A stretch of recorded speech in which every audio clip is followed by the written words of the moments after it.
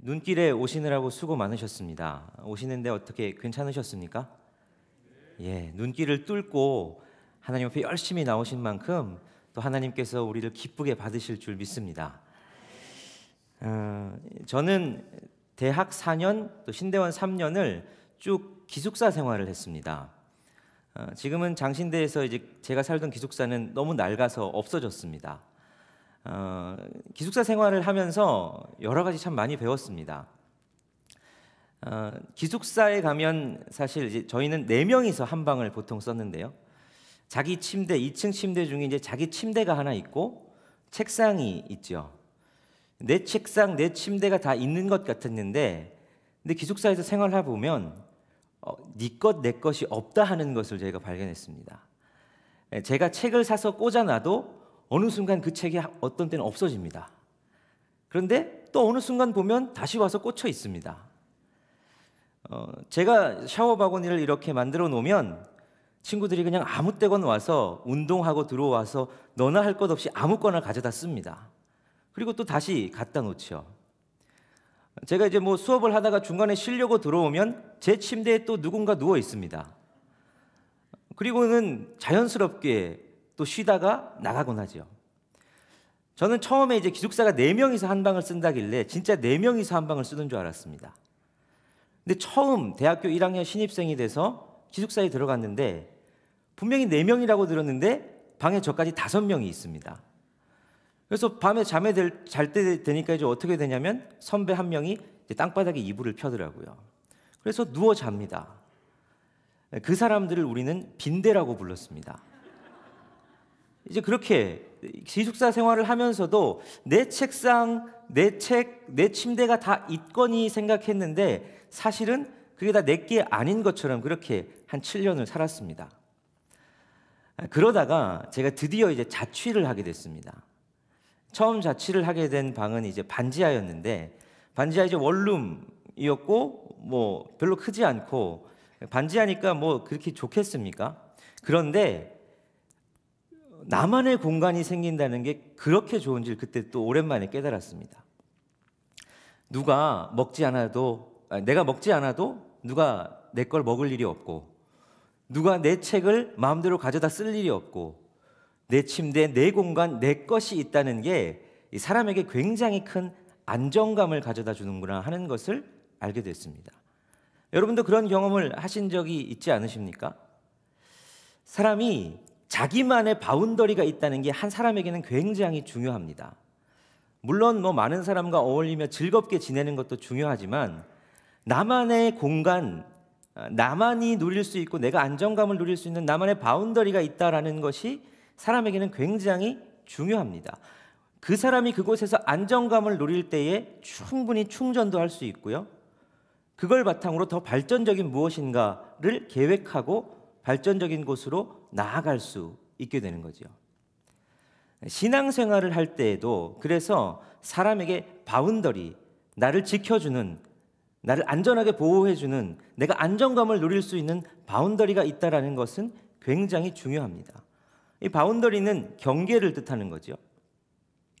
신앙생활을 하면서 저는 이제 첫 사역지를 한 교회를 부임하게 됐는데 그 교회가 이제 분쟁이 있는 교회였습니다. 제가 그 교회에서 이제 8년을 있었는데요. 그 교회가 분쟁이 한창 심해질 때에는 이제 예배당에서 예배도 못 드리고 로비에서 1년 넘게 예배도 드리고 막 그랬습니다. 그러면서 많은 어려움, 다툼, 정말 우여곡절을 많이 겪었습니다. 그래서 그렇게 막 힘들다 보니까 한 주만이라도 그냥 아무 일 없는 보통의 예배를 드려보고 싶다 하는 마음이 굉장히 간절했습니다. 그 교회에서 이제 여러 일들도 많았지만 참 사랑도 많이 받았고 많은 것도 배웠죠.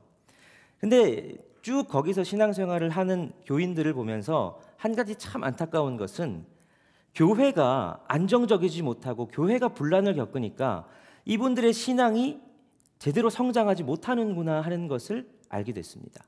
물론 이미 성숙한 분들이셔서 교회의 분란 가운데서도 교회를 지켜내셨고 애쓰고 계셨지만 더 공부하고 더 영적으로 더 깊이 하나님과 교제하고 많은 것들을 누릴 수 있음에도 불구하고 그 교회가 분란이 있고 분쟁이 있고 싸우는 통에 그런 것들을 하지 못하고 이 영적인 성장의 기회들이 계속 미루어지는 것을 보게 됐습니다. 그래서 그때 참 많은 것을 깨닫는 것 중에 하나는 교회가 그래서 중요하구나. 우리 영적인 울타리가 되는 이 교회가 건강하다는 것이 그래서 참 중요하구나 하는 것을 깨달았습니다. 여러분들은 그러므로 굉장히 행복한 분들입니다. 우리는 너무 좋은 울타리를 가지고 있지요. 우리의 영적인 성숙을 위해서 우리를 지켜줄 든든한 이 연동교회라는 울타리가 하나님께서 우리에게 주신 얼마나 큰 축복인지 모릅니다. 우리는 이 바운더리 안에서 안정감을 느끼고, 그리고 이 바운더리 안에서 편안함 가운데서 더 많은 영적 성숙과 발전을 이루어갈 수 있지요. 그래서 여러분, 바운더리가 중요합니다. 우리 삶에 이런 경계, 우리를 보호해주는 울타리가 있다는 것이 굉장히 중요하죠. 오늘 우리가 읽은 본문은 이 신앙의 바운더리에 대한 본문이다. 신앙의 경계, 우리를 지켜주는 울타리에 대한 본문이다 라고 말할 수 있습니다. 우리가 먼저 읽은 본문은 느헤미야서를 읽었습니다. 느헤미야서는 느헤미야가 쓴 거겠죠. 느헤미야는 어떤 사람이었느냐? 느헤미야는 페르시아 아닥사스다 왕의 술 맡은 관원이었습니다. 요즘으로 치면 이제 비서실장 같은 아주 높은 직급의 사람이었죠. 그는 자신이 있는 자리에서 편안함을 누릴 수 있었지만 자신의 조국이었던, 그리고 자신의 영적인 고향인 예루살렘이 성문이 불타고 성벽이 다 회파되었다, 이런 소식을 듣고는 견딜 수가 없었습니다. 그래서 아닥사스다 왕에게 요청해서 그곳으로 파견을 가죠. 그곳으로 가서 느헤미야가 한 일은 다른 것이 아니라 여러분 잘 알고 계시죠? 성벽을 건축하는 일이었습니다. 바운더리를 세우는 일이었죠. 이게 굉장히 중요한 작업입니다. 이제 예루살렘으로 이제 포로들이 귀환하는 일들이 일어났죠. 이미 일어났습니다. 이스라엘의 포로 귀환은 크게 이제 세 단계로, 세 번에 걸쳐서 포로 귀환이 일어났습니다. 먼저는 주전 537년에 1차 포로 귀환이 일어납니다. 그때 스룹바벨을 중심으로 첫 번째 포로 귀환이 있었고요. 그 이후로 한 80년 정도의 시간이 흐른 뒤에 주전 458년 두 번째 포로 귀환이 에스라를 중심으로 일어납니다. 그리고 마지막으로 3차 포로 귀환은 주전 444년 이 느헤미야를 중심으로 일어나게 되죠. 이 세 번의 귀환에 걸쳐서 마지막 느헤미야가 했던 중요한 게 아까 말씀드렸듯이 성벽을 건축하는 거였습니다. 왜 느헤미야는 이 성벽 건축을 중요한 과업으로 삼았을까요? 1차 포로 귀환 주전 537년에 있었습니다. 근데 이 1차 포로 귀환은 사실 1차 포로 귀환을 했던 많은 사람들은 굉장히 신앙적으로 성숙하고 또 하나님 앞에 많은 것들을 포기하고 헌신함으로 말미암아 포로에서 귀환하기로 결정을 했던 사람들입니다. 우리가 포로라고 하지만 물론 처음 끌려갔을 때는 포로로서 어려움도 있었죠. 그러나 이 포로 기간을 쭉 지내면서, 포로 기간이 70년이지 않습니까? 그 포로 기간을 지내면서 사실 바벨론의 이 포로에 대한 이 정책은 굉장히 온건한 정책이었습니다. 그래서 이스라엘 사람들은 자신들끼리의 공동체를 이룰 수도 있었고 자신들의 종교를 그대로 유지할 수 있었습니다. 또 자유로운 경제 활동이 어느 정도 보장이 됐습니다. 그래서 자료들을 보면 상당한 부자들도 포로로 끌려갔음에도 불구하고 경제 활동을 통해 상당한 부자들도 있었던 것으로 보입니다. 그래서 자신의 삶의 기간을 그 70년 동안 쭉 닦아왔겠죠. 우리가 이민을 가도 10년, 20년 지나면 그곳에 정착해서 자신의 삶의 기간이 다 닦이고, 그리고 시간이 지나면 그곳에서 자녀들도 태어나고, 또 그 자녀들이 그곳에서의 삶의 기반을 닦아가고, 점점 그 사회에 동화되어 가고 그 사회 속에서 자신의 기반을 형성하죠. 70년이란 기간 동안 충분히 끌려간 포로지만 유다 백성들은 자신들의 기반을 그곳에서 닦기에 충분한 시간이었습니다. 그러므로 70년이 지난 이후에 다시 예루살렘으로 돌아간다 하는 것은 그때까지 자신들이 쌓아왔던 모든 삶의 기반을 다 포기하고 돌아가는 것이었습니다. 게다가 돌아가는 예루살렘의 상황은 어땠을까요? 그것이 너무 좋은, 살기 좋은 곳이어서 돌아가는 거였을까요? 그렇지 않죠. 아주 형편없이 이것저것 다 회파되고 무너져 있는, 가서 그냥 다시 처음부터 시작해야 되는 황무지와 같은 곳이었습니다. 황폐해진 땅이었죠. 그러므로 삶의 기반들을 다 포기하고 예루살렘으로 돌아간다는 것은 그저 꿈에 부풀어서 너무너무 좋아서 희희낙낙하며 갈 수 있는 그런 귀환의 행렬이 아니었습니다. 아주 하나님을 향한, 내가 돌아가서 여호와의 성전을 다시 회복하고 여호와 신앙을 다시 회복하겠다는 거룩한 열정과 헌신을 가진 사람만이 갈 수 있었던 걸음이었죠. 너무 좋은 곳이었으면 다 갔겠죠. 그러나 한 10분의 1 정도만 돌아갔을 것으로 추정을 하거든요.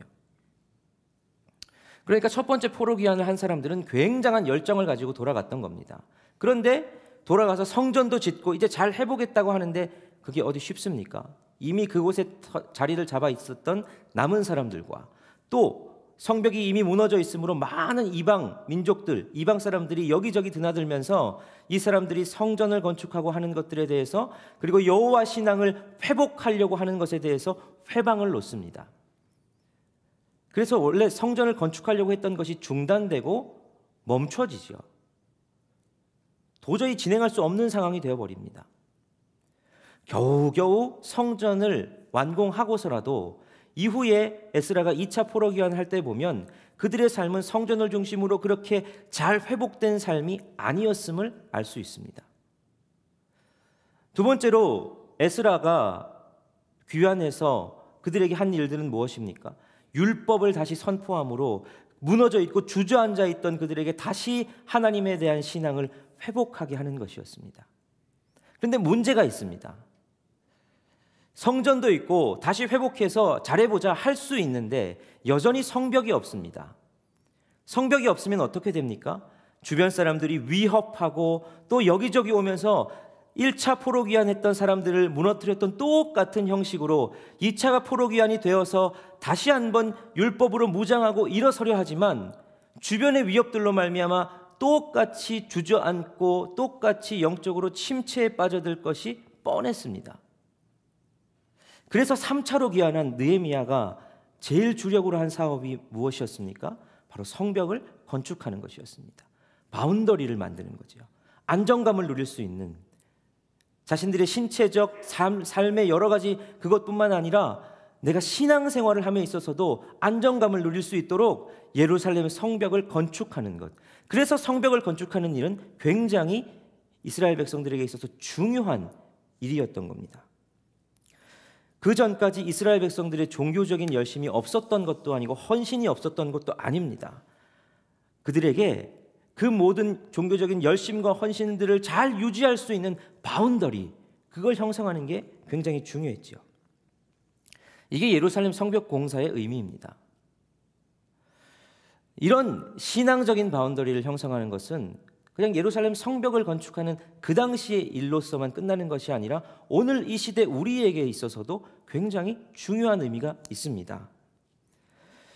어쩌면 우리 연동교회 공동체 안에 우리 개개인의 삶 가운데 오늘날도 이렇게 우리가 다시 수축해야 할 성벽들, 바운더리가 있지 않나 하는 생각을 해봅니다. 연동교회는 올해로 이제 128년을 맞이했습니다. 이 긴 역사를 성벽이라고 친다면 우리는 한국교회 어떤 교회와 비교해도 부러울 것 없는 아주 튼튼한 성벽을 가질 수 있는 그런 교회입니다. 한국교회의 역사 속에서 우리 믿음의 신앙의 선배들은 열심히 교회와 하나님의 나라를 세워가기 위해서 자신의 모든 것들을 헌신했죠. 마치 1차 포로귀환한 사람들이 가졌던 그런 종교적인 열심과 헌신을 가지고 우리 연동교회를 세워왔고 한국교회를 일했던 것이 위에서 일했던 것이 우리 신앙의 선배들이었습니다. 한국사회 굴곡이 있을 때, 교회에 어려움이 있을 때마다 믿음으로, 기도로, 눈물로 그렇게 계속해서 부르짖고 하나님 앞에 엎드렸던 것, 마치 2차 포로기환을 했던 에스라를 중심으로 하나님의 말씀을 중심으로 회복하고 다시 붙들었던 것처럼 우리 신앙의 선배들은 그런 일들도 계속 해오셨습니다. 자, 그렇다면 오늘 우리는 느헤미야가 3차로 와서 성벽을 세운 것처럼 우리의 신앙의 바운더리는 든든하다 여러분 확신하십니까? 오늘 여러분들이 신앙생활을 하시는 그 삶의 자리에서 내 그 신앙의 바운더리는 튼튼히 서 있다라고 장담하실 수 있겠습니까? 요즘 한국교회 상황을 보면 꼭 그렇지 않은 것 같습니다. 특히 이 코로나 때문에 많은 것들이 무너져 있습니다. 헌금은 얼마 줄지 않았을지 모르겠고 방역 지침에 따라서 풀릴 때마다 많은 성도님들이 오시는 것 그걸 보고 우리는 괜찮다라고 생각하실지 모르겠습니다. 그러나 여전히 코로나가 시작된 이후로 아직 이 예배당에 한 번도 나와보지 못한 우리 연동의 성도들이 많이 있습니다. 그들은 온라인으로 예배를 드릴 수 있지요. 그러나 여러분들도 온라인으로 예배를 드려보셨지만 그게 정말 쉽습니까? 쉽지 않죠. 믿음을 지키기가 쉽지 않은 때입니다. 우리뿐만 아니라 한국교회 곳곳에서 그것으로 말미암는 신음소리가 터져 나오고 있습니다. 제대로 예배를 모여서 드릴 수 없고 온라인으로 예배를 드리는데도 뭐 어떻게 제대로 집중도 안 되고 그러다 보니까 점점 우리의 믿음이 흔들리는 것을 우리도 경험하지만 우리가 아직 코로나 이후로 한 번도 얼굴 보지 못한 그 많은 성도들이 얼마나 많이 흔들리는지 우리는 능히 짐작할 수 있습니다. 우리의 울타리가 흔들리고 있는 겁니다. 우리 신앙의 울타리가 그렇게 흔들리고 있는 거죠. 수련회도 하고 싶고 구역 모임도 제대로 하고 싶고 많은 것들을 제대로 하고 싶은데 그러질 못합니다. 그것을 통해서 우리의 신앙의 울타리가 흔들리고 우리의 신앙이 흔들리는 것을 우리가 경험을 하고 있습니다. 이때 우리에게 필요한 게 뭡니까? 우리 신앙의 울타리를 다시 세우는 겁니다. 그래서 우리 연동교회는 올해의 주제를 예배로 회복하자라고 잡았습니다. 예배로 회복하자는 게 무슨 의미겠습니까? 이 예배로 우리의 성벽을 쌓자라는 겁니다. 예배는 형식이 있죠. 정해진 시간이 있습니다.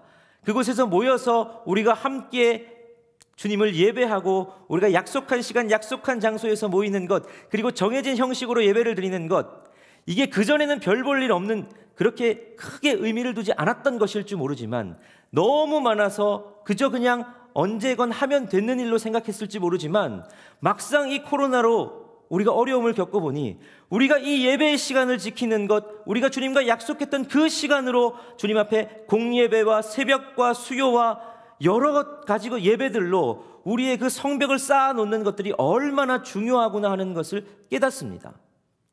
그 시간, 그게 별 볼 일 없고 아주 형식적으로 생각될 수 있었겠지만 그것이 우리의 성벽이 되어서 우리의 신앙을 지켜줬던 겁니다. 주일 예배는 내가 주님을 위해서 할 수 있는 최선의 것이 아니라 적어도 최소한 해야 할 것이 주일 성수입니다. 왜냐? 그 주일 성수가 우리의 신앙을 지키기 때문입니다. 그게 우리의 바운더리, 우리의 울타리가 되어서 우리의 신앙을 지킵니다. 그것으로 되지 않을 것 같아서 새벽마다 제단을 쌓으며 수요로, 예비일로 아니면 개인의 경건의 시간으로 우리의 삶들을 예배로 성벽을 쌓아놓음으로 말미암아 많은 것들이 우리를 향해 공격해 올 때에도 그 예배를 붙들므로 말미암아 그것들을 방어해낼 수 있는 것이 우리의 신앙생활이 되는 것이죠. 그러므로 우리가 한 해 예배를 위해서 힘써야 될 이유는 충분합니다. 오늘 두 번째로 읽은 본문에는 이 예루살렘 성 말고 또 하나의 성이 나옵니다. 바로 여리고 성이죠. 그 여리고 성의 이야기는 앞서 우리가 지금 말씀드린 예루살렘의 성 이야기와는 좀 다른 결의 이야기입니다. 오늘 이 여리고 성에 대한 이야기는 무엇인지 우리 본문을 다시 한번 읽어보겠습니다. 26절, 여호수아 26장 26절, 27절 말씀입니다. 우리 다 함께 한번 읽어보겠습니다. 시작. 여호수아가 그때에 맹세하게 하여 이르되 누구든지 일어나서 이 여리고 성을 건축하는 자는 여호와 앞에서 저주를 받을 것이라. 그 기초를 쌓을 때에 그의 맏아들을 잃을 것이요 그 문을 세울 때에 그의 막내 아들을 잃으리라 하였더라. 여호와께서 여호수아와 함께 하시니 여호수아의 소문이 그 온 땅에 퍼지니라. 자, 본문의 배경은 가나안 땅, 이제 요단강을 건너가서 처음으로 만나게 되는 요단강 서편 첫 만나게 되는 가나안 땅의 성인 여리고 성입니다. 이 여리고성을 점령하고 난 뒤에 여호수아가 백성을 향해서 말합니다. 이 여리고성은 다시 건축하지 말아라.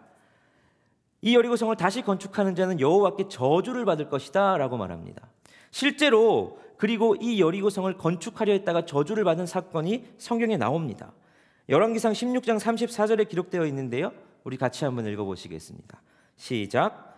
그 시대에 베델 사람 히엘이 여리고를 건축하였는데 그가 그 터를 쌓을 때에 맏아들 아비람을 잃었고 그 성문을 세울 때에 막내 아들 수굽을 잃었으니 여호와께서 눈의 아들 여호수아를 통하여 하신 말씀과 같이 되었더라. 실제로 하나님께서 이렇게 행하셨습니다. 그러면 도대체 왜 하나님은 여리고성을 다시 건축하지 말라 그러셨을까요? 여리고성은 지정학적으로 굉장히 중요한 곳입니다. 그래서 든든한 성이 그곳에서 하나 딱 버티고 있다는 것은 그 이후에 가나안 땅으로 침입해 들어오는 사람들을 막을 수 있는 아주 좋은 장치가 되는 일이었습니다.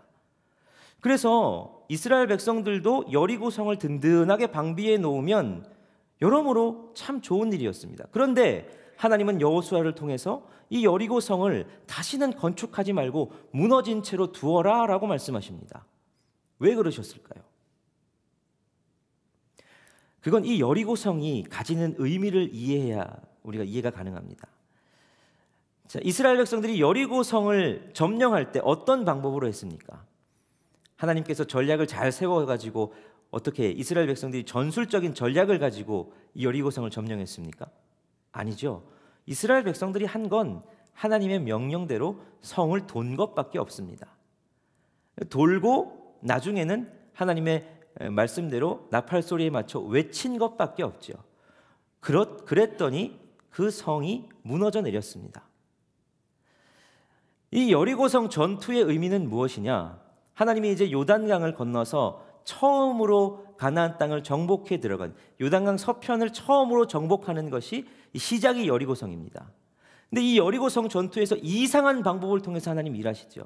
왜 그렇게 하셨느냐? 하나님께서 이스라엘 백성들에게 알게 하고 싶으신 겁니다.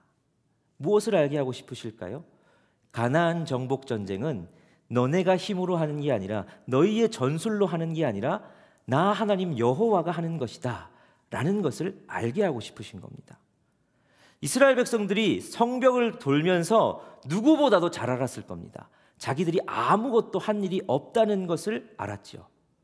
하나님이 처음부터 끝까지 다 하셨고 자기들은 그저 들어가서 하나님이 하신 것을 취하는 것밖에는 한 일이 없습니다. 이게 가나안 정복 전쟁의 의미입니다. 여리고성을 시작으로 다른 전쟁들, 그리고 너희가 이제 지파별로 흩어져서 해야 될 다른 많은 것들, 그 모든 것들이 너희의 전투력과 너희의 지략과 너희의 힘으로 되는 것이 아니라 하나님의 힘으로 되는 것이다. 하나님께서 하신다라는 것을 말씀하고 싶으셨던 겁니다. 여리고성은 그런 의미였습니다. 그래서 하나님은 여리고성을 그대로 남겨두기를 원하셨습니다. 이스라엘 백성들이 늘 기억하기를 원하셨습니다. 그걸 보고 하나님이 하신 거지, 하나님이 우리를 이렇게 인도하셨지, 무너진 여리고성은 그걸 보여주는 겁니다. 그리고 우상을 섬기던, 그러나 하나님의 힘과 뜻으로 말미암아 무너져 내린 그것을 보면서 우상이 결코 힘이 없음을 보여주는 것, 그게 여리고성의 의미였습니다. 그래서 하나님은 그게 다시는 지어지지 않기를 원하셨습니다. 그렇다고 그 여리고성에 아무도 살지 않았느냐? 그건 또 아닙니다. 여리고성은 사람이 사는 성이었습니다. 사사기 3장을 보면 사사기를 보면 여리고는 이제 땅 분배할 때도 나오지만 여리고 지역은 베냐민 지파의 땅이었습니다. 그리고 사사기 3장에 보면 모압 왕 에글론이 이스라엘을 쳐서 이제 종려나무 성읍을 점령했다라고 나오는데, 이 종려나무 성읍이 바로 여리고입니다. 여리고는 지금도 종려나무가 굉장히 많습니다. 종려나무로 유명하다 보니까 여리고 일명 종려나무 성읍으로 불린 거죠. 그런데 모압 왕 에글론이 이 여리고를 점령합니다. 근데 점령할 때까지 어떤 형태였겠습니까? 성벽이 없었겠죠. 그러면 우리 흔히 그렇게 생각할 수 있습니다. 성벽이 없으니까 쉽게 점령당했나 보다. 그런데 그렇지 않습니다. 베냐민 지파가 그때까지 살 동안 성벽이 없음에도 그들은 이방 민족의 침입과 여러 야생동물의 위협으로부터 안전히 그곳에 거주할 수 있었습니다. 왜였겠습니까? 베냐민 지파가 굉장히 싸움을 잘하고 강했기 때문이었겠습니까? 아니요. 하나님께서 그 여리고성에 무너진 성벽 대신 하나님께서 그 여리고성의 성벽 되어주셨기 때문입니다. 여리고성에서 산다는 건 눈에 보이는 성벽을 의지해서 사는 삶이 아니라 눈에 보이지 않는 하나님을 성벽 삼아 사는 삶이었습니다. 그런데 베냐민 지파가 하나님을 성벽 삼지 않고 우상을 섬기며 하나님 앞에 죄를 범하기 시작하자 여지없이 성벽 대신 하나님께서 베냐민 지파를 벌하십니다. 모압 왕 에글론으로 하여금 점령당하게 하시죠.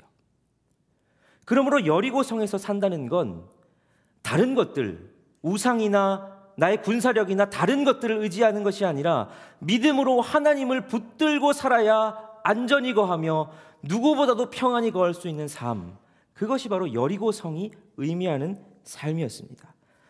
하나님이 나를 지켜주시는 분이시지 다른 것이 나를 지켜주는 게 아니지, 그것을 매 순간 깨달으며 살아가는 삶, 그게 바로 여리고성을 살아가는 삶이죠. 하나님이 때로는 우리 삶에 기도의 제목들을 응답하지 않으실 때가 있습니다. 하나님, 제가 이게 꼭 필요한데 이게 좀 됐으면 좋겠는데요.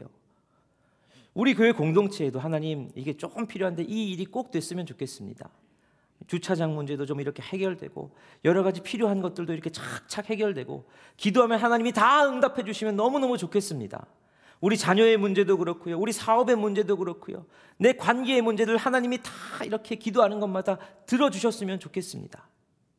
기도하는데 하나님이 들어주시지 않는 때가 많습니다. 왜 그러실까요?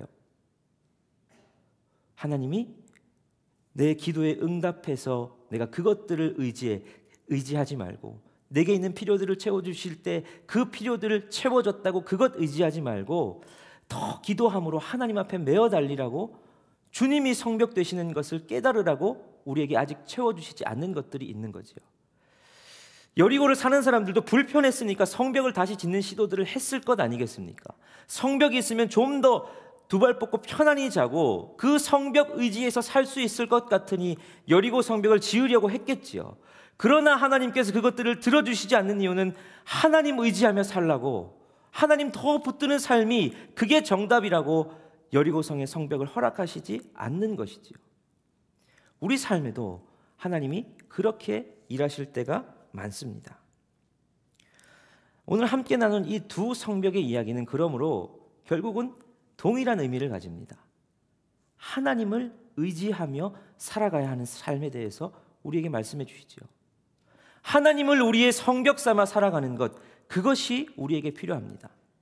그래서 우리는 다른 것이 아니라 예배로 하나님으로 우리의 성벽을 쌓아서 그 안에서 우리의 안정감을 누리고 그 안에서 주님 안에서 우리의 많은 것들을 계획하는 삶을 살아야 합니다. 때로는 우리가 다른 것들을 의지해서 우리의 성벽을 막 쌓아놓고 싶을 때에도 그것들을 쌓는 것을 멈추고 하나님을 우리의 성벽으로 삼아 눈에 보이는 성벽은 없지만 주님이 나의 성벽이고 나의 삶의 피난처시고 나의 삶의 산성되심을 기억해서 그 주님을 의지하며, 그래서 다른 사람들의 눈에 보기에는 별 볼 일 없는 것 같고 별 의지할 것도 내세울 것도 없는 것 같지만 주님 의지하고 살아가는 삶이 우리에게 필요함을 오늘 주님께서는 우리에게 말씀해 주고 계십니다. 우리의 삶을 한번 돌아보시면 좋겠습니다. 여러분 각자 어떤 바운더리를 가지고 계십니까? 여러분들이 안정감을 누리는 곳은 어디입니까? 여러분은 어떤 것을 가지고 내 삶은 이 정도면 괜찮다 생각하시고 여러분이 최고로 자랑하거나 제일 여러분의 힘이 된다고 생각하는 것은 도대체 무엇입니까? 오늘 이 밤 우리가 그것을 한번 점검하시는 밤이 되시면 좋겠습니다. 하나님이 아닌 것들이 나의 성벽이 되어서 내 삶을 안전하게 해준다라고 의지하고 있는 것들이 있다면 오늘 주님 앞에 그걸 내려놓으실 수 있는 밤이 되기를 바랍니다. 그리고 내가 무엇을 도대체 의지해야 될지 몰라서 두려워 떠는 분들이 있다면 오늘 주님을 나의 성벽으로 붙잡는 이 밤이 되기를 간절히 소원합니다. 우리 오늘 말씀을 기억하며 함께 기도하시겠습니다. 기도하시기 전에 우리가 같이 한번 이 찬양을 가지고 기도하시면 좋겠습니다. 아무것도 두려워 말라. 주 나의 하나님이 지켜주시네. 놀라지 마라. 겁내지 마라. 주님 나를 지켜주시네. 우리가 주님을 성벽으로 붙잡지 못하는 이유도 두려워서가 아니겠습니까? 우리가 주님이 아닌 다른 것들을 막 쌓아놓는 이유도 그것들이 내 삶을 책임져 줘야 될 것 같은 두려움 때문 아니겠습니까? 오늘 이 시간 그 두려움을 주님 앞에 내려놓으십시오.